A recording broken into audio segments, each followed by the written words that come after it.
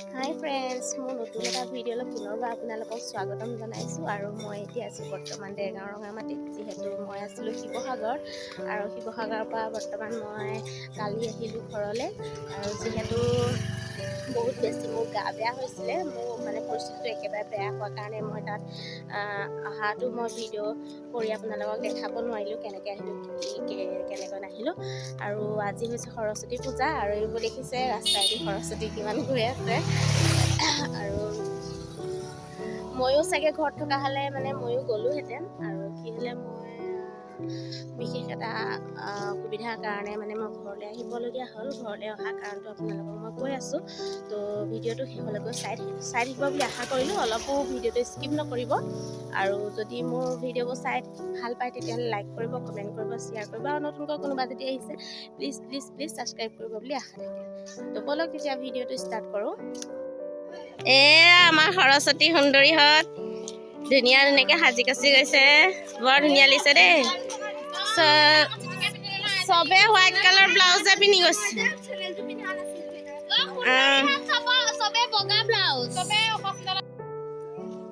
তো গাইছ, মোৰতো সৰস্বতী পূজা যোৱা কেঞ্চেল হ'লে। এতিয়া মই ঘৰতে ফটোশ্বুট কৰি আছোঁ ভণ্টি নিজৰ কেমেৰাতে। তো এতিয়া মই গা চা ধুই আহি ল'লোঁ। আহি ভাতটো খালোঁ, খাই মেলি এতিয়া বোলো ভণ্টিক ধুনীয়াকৈ উলিয়াই তাই নিজে ওলাইছে, সাজিছে কাজিছে। আৰু এতিয়া মই তাইক মাৰি দিছোঁ ফটো আৰু ভিডিঅ'। চাই থাকক ভিডিঅ'টো। তো গাইছ, আজি মই দেখাম একদম বিশেষ এজনী সুন্দৰী, মানে এজনী স্পেচিয়েল সুন্দৰী আপোনালোকক দেখাই আছোঁ। তো চাই থাকিব ভিডিঅ'টো। আৰু এইখিনিতে এটা কথা কওঁ, মোৰো খুব বেছি বেয়া লাগিছে। যিহেতু মই সৰস্বতী পূজাত প্ৰত্যেক বছৰে মোৰ মানে ঘৰ মানে কি আৰু মানে হাজবেণ্ডৰ ঘৰৰ কথা কৈছোঁ। তাৰ আগতেতো যেতিয়া এইখন মানে নিজৰ মাৰ ঘৰত আছিলোঁ তেতিয়াতো যাওঁৱেই আৰু সৰস্বতী পূজা বুলিলে। তাৰপিছত বিয়া সোমোৱাৰ পৰা মানে সেইখন ঘৰতো মানে প্ৰত্যেকবাৰে যেইবাৰে মানে সৰস্বতী পূজা পাইছোঁ মানে গৈছোঁ আৰু ভাল লাগে সৰস্বতী পূজাত এনেই কিবা এটা আৰু অকণমান ফুৰোঁগৈ আৰু। তাৰপিছত এইবাৰ যাব নোৱাৰিলোঁ, যিহেতু মই ঘৰলৈ আহিলোঁ। মানে শিৱসাগৰত আছিলোঁ। শিৱসাগৰৰ পৰা মই এটা খবৰ শুনিলোঁ, দুখবৰ। আপোনালোকক মই কৈছিলোঁ যে মই আপোনালোকক বিশেষ এটা কাৰণত আহিলোঁ, কাৰণটো ক'ম বুলি। কাৰণটো মই এতিয়া কৈ দিছোঁ। শিৱসাগৰলৈ যোৱাৰ পাছত মানে মোৰ আইতা ঢুকালে। মোৰ নিজৰ দেউতাৰ মাক আছিল, তো ঢুকালে। তাৰ খবৰটো শুনি পটককৈ মানে ঘূৰি আহিবলৈ অলপ দিগদাৰ হ'ল। তেনেকৈ থাকিলোঁ তাত 3-4 দিন। তাৰপিছত আমি আকৌ ট্ৰেইনেৰে আহিলোঁ। ট্ৰেইনেৰে আহি আকৌ ইয়াতে নামিলোঁ। ওচৰত আমাৰ ষ্টেচন আছিলে, তাতে নামি পেলানি আমি আকৌ ঘৰলৈ আহিলোঁ। ৰাতি 7টা বজাত পালোহি। 7টা বজাত ভণ্টিহঁতে চব লৈ লওঁ। ষ্টেচনৰ পৰা আকৌ ভণ্টিহঁতে গৈ লৈ আহিলে। এয়া সৰস্বতী পূজাৰ প্ৰসাদ দিছে, প্ৰসাদ খাম এতিয়া। আমাৰ দাদা ল'ৰা। তো তাকে আৰু দুখ লাগিছে। তো চাই থাকক ভিডিঅ'টো আৰু পিছলৈ কি হৈ গৈ আছে। তো মই কাৰণটো আপোনালোকক জনালোৱে যে কি কাৰণে মই ঘৰলৈ আহিবলগীয়া হ'লে। আৰু ইয়াৰ পৰাও মই এতিয়া যাব পাৰিলোঁহেঁতেন সৰস্বতী পূজা বুলি, কিন্তু হ'লেও মানে ইয়াতো এটা পৰিস্থিতিটো অলপ বেলেগ হৈ আছে ন। তো সৰস্বতী পূজালৈনো কেনেকৈ যাওঁ, ঘৰখনত এটা ইমান দুখৰ পৰিৱেশ হৈ আছে। তো ভণ্টিয়ে এনেই আৰু কাপোৰ চাপোৰ পিন্ধি এনেই ঘৰতে ফটো দুখনমান মাৰিছে, ভিডিঅ' বনাইছে। তাই যোৱা নাই, এনেই সেয়া মানে ফটো চটো মাৰিছে। তো আমি ঘৰতে আছোঁ এনেকৈ। আৰু আমাৰ বেটাৰ কাৰণে যিহেতু ভাত খাবলৈ, তাৰ কাৰণে ভাত বনাবই লাগিব। সেইকাৰণে বইল ভাত এগৰা বনালে আৰু তাকো খোৱালে, ময়ো এগৰামান খালোঁ। আৰু তো আকৌ পাছত বনাব মানে আইতাহঁতৰ ঘৰতে। আকৌ পাছত মানে আইতা মানে দাদাহঁতৰ ফালে আছিলে, খুৰাহঁতৰ ফালে। তো খুৰাহঁতৰ ফালে আকৌ আবেলি ভাত বনাব। এতিয়া চবেই আমি পৰিয়ালৰ মানুহে মিলি একেলগে আকৌ এসাঁজ খাম। এবাৰেই খোৱা হয়, কিন্তু আমাৰ ঘৰত মানে বনোৱা হ'ল দেউতাৰ কাৰণে। তো ময়ো তাক গাখীৰ চাখীৰ খুৱাই থাকিব ভোক লাগে, সেইটো কাৰণে মানে আৰু নাতি বুলি ক'লে ব্ৰত নাই, তথাপি আমি ব্ৰতটো ৰাখিছোঁ। আৰু চাই থাকক ভিডিঅ'টো কি হয় আৰু। তেতিয়াহ'লে ব'লক, আমাৰ বিশেষ একদম স্পেচিয়েল আপোনালোকক দেখাম বুলি কোৱা ধুনীয়া এগৰাকী সুন্দৰী, যি মানে একদম সাজি কাচি সৰস্বতী পূজালৈ যাবলৈ স্পেচিয়েলকৈ ওলাই আছে। অলপ মানে জমনি আৰু আপোনালোকক মই দেখাই আছোঁ। আৰু এতিয়া মই প্ৰসাদ খাই আছোঁ, তো মই দেখাই দিছোঁ। আৰু মই ক'বলৈ গ'লে ব্ৰতটো নেৰাখিলোঁ, যিহেতু ফুৰিবলৈ গ'লোঁ। তাত ব্ৰত ৰাখিবলৈ দিগদাৰ হয়। আৰু নাতি বুলি ক'লেতো ব্ৰত নাই, তথাপিও ইয়াত মানে চবে ব্ৰত ৰাখিছে ন। তো ইয়াত আমি এতিয়া বইল ভাতেই খাব লাগিব। তো মই যদি ইয়াতে থাকিলোহেঁতেন বা তাৰ হাজবেণ্ডৰ ঘৰতো যদি থাকিলোহেঁতেন তেতিয়াও মই মানে ব্ৰত ৰাখিলোহেঁতেন কিন্তু ফুৰিবলৈ গুচি যোৱাৰ কাৰণে অলপ দিগদাৰ হৈ গ'লে বেয়াও লাগিছে তাত গৈ তো দেখাইছোঁ আপোনালোকক সৰস্বতী মাজনী কিবা এটা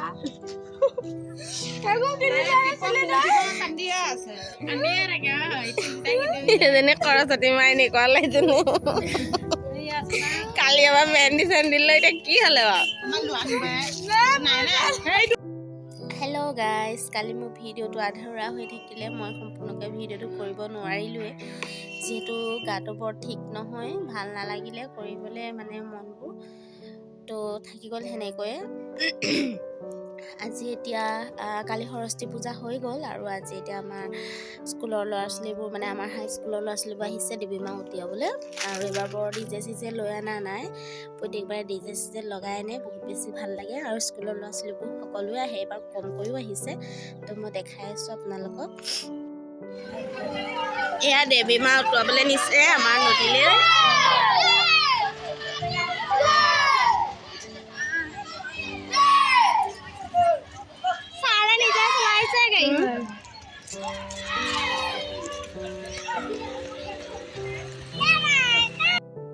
এইবোৰ স্কুলৰ ল'ৰা ছোৱালী আহিছে লগতে দেৱী মা উটুৱাবলৈ সৰস্বতী দেৱী মাক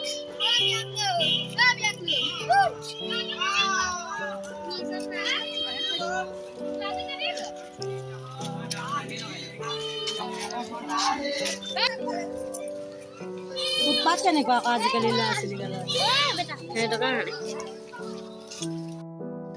দেখালোঁ আপোনালোকক এয়া দেৱী মা উটুৱাবলৈ যোৱা ইমান এইবাৰ মানে ফূৰ্তিটো কম দেখিছোঁ ল'ৰা ছোৱালীবিলাকৰ আগতে বহুত বেছি মানে আছিলে ফূৰ্তিবোৰ আৰু আজি আমাৰ আইতা ঢুকুৱা 7 দিন হৈছে সম্পূৰ্ণ তো ঘৰৰ চোতালতে এইবোৰ মানে সকামৰ কাৰণে পেণ্ডেলবোৰ দিলে বাঁহৰ ধুনীয়াকৈ মই আপোনালোকক দেখাই আছোঁ এইবোৰ আধৰুৱা হৈ আছে আৰু সম্পূৰ্ণকৈ দিবলৈ বাকী আছে এই তাতে ৰাতি পাত পঢ়ে সেইকাৰণে এনেকৈ ধুনীয়াকৈ বগা কাপোৰে বেৰি ৰাখিছে জেগাডোখৰ শুদ্ধ হৈ থাকিবৰ কাৰণে আৰু এয়া আমাৰ খুৰাহঁতৰ ঘৰ একেবাৰে ছাইডতো এইটো এটা খুৰাহঁতৰ ঘৰ আমাৰ চোতালৰ পৰা একেবাৰে আমাৰ ডাঙৰ খুৰা ঘৰলৈকে মানে দিছে আৰু সৰু খুৰা ঘৰলৈ দিয়াগৈ নাই ইমান ডাঙৰ যিহেতু নালাগে তো দুখন চোতালৈ কাফি হৈ যাব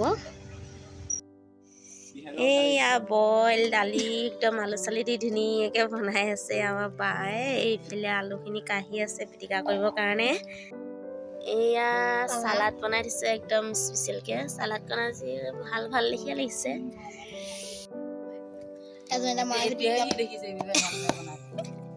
এন্ধাৰ মুন্ধা ইমান সময় খাবলৈ পাব লাগিছিলে অকণ বেছি দেৰি হ'লে তো ভাতটো খাবলৈ আৰম্ভ কৰিয়ে দিলোঁ আমাক চালাড নাই দিয়া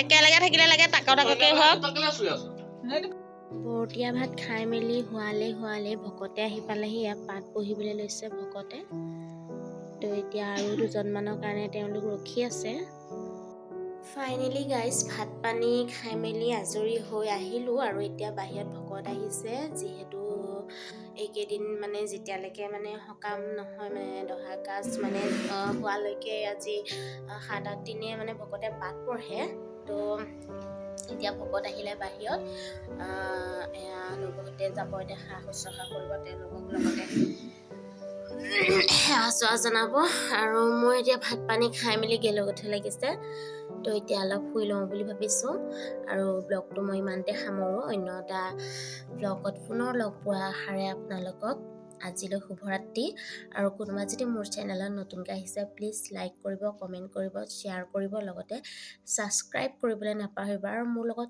যিসকল ছাবস্ক্ৰাইবাৰ আছে তেওঁলোকে যে আৰু মৰম দি যায় আৰু সৰু সৰু এটা যে লাইক কৰি যায় বুলি আশা থাকিলে ঠিক আছে আজিলৈ বাই